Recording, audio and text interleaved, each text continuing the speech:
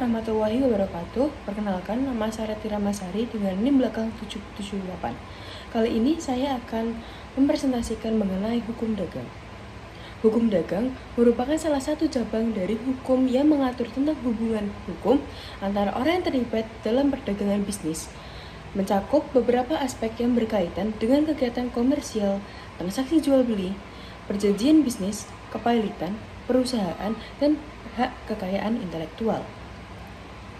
Hukum dagang terletak dalam lapangan hukum perikatan yang khusus timbul dari lapangan perusahaan.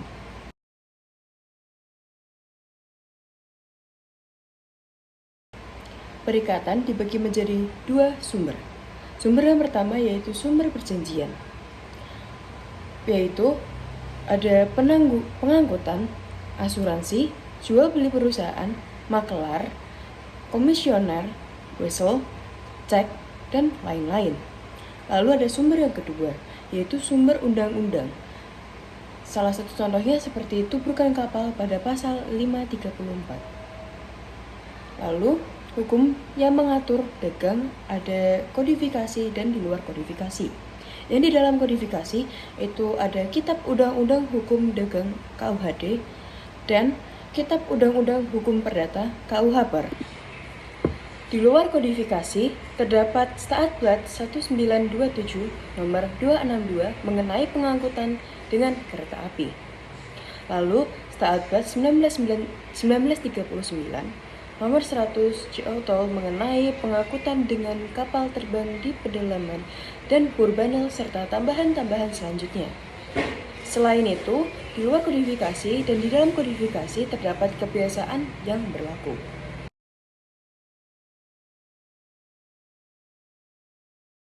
Selanjutnya terdapat subjek dan objek hukum. Subjek hukum menurut Appleton adalah segala sesuatu yang mempunyai kewenangan hukum. Kewenangan hukum tersebut merupakan kecakapan untuk menjadi pendukung subjek hukum yang diberikan oleh hukum objektif. Segala sesuatu yang memiliki kewenangan hukum, penyandang hak dan kewajiban dalam perbuatan hukum.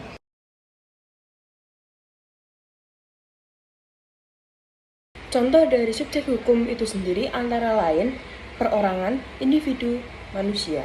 Lalu terdapat badan hukum seperti perseroan terbatas, perusahaan negara, perusahaan daerah, koperasi, perum, perjan, persero, dan yayasan.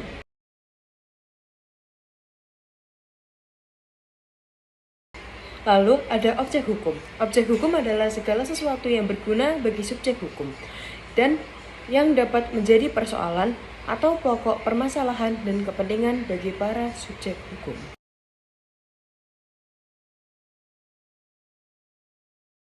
Terdapat beberapa contoh dari objek hukum dagang. Yang pertama, barang dan jasa yang menjadi objek transaksi perdagangan. Lalu yang kedua, surat berharga seperti saham, obligasi, dan cek.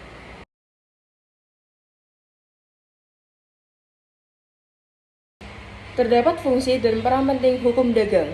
Hukum dagang memiliki peran penting dalam mengatur dan melindungi pelaku bisnis, konsumen, dan masyarakat dengan memberikan kerangka hukum yang jelas untuk penyelesaian sengketa dan mendukung pertumbuhan ekonomi melalui aturan transparan dan adil. Lalu terdapat fungsi hukum dagang, yaitu meliputi mengendalikan perdagangan lintas batas sambil mempertahankan kepentingan nasional dalam arena perdagangan global. Yang kedua, melindungi hak-hak baik produsen, konsumen, mendorong pertumbuhan ekonomi, dan membangun lingkungan yang baik dan mendukung investasi. Lalu yang ketiga, menyediakan jaminan perlindungan bagi konsumen. Yang keempat, memastikan keamanan dalam mekanisme pasar, memberikan perlindungan khusus bagi UMKM, serta meningkatkan efisiensi sistem keuangan dan perbankan. Yang kelima, mengatur pelaksanaan berbagai aktivitas dalam sektor dagang, industri, dan keuangan. Yang keenam, menentukan hak dan kewajiban yang timbul dari perjanjian bisnis. Yang ketujuh, menjamin praktik bisnis yang seimbang dan adil bagi seluruh pemangku kepentingan.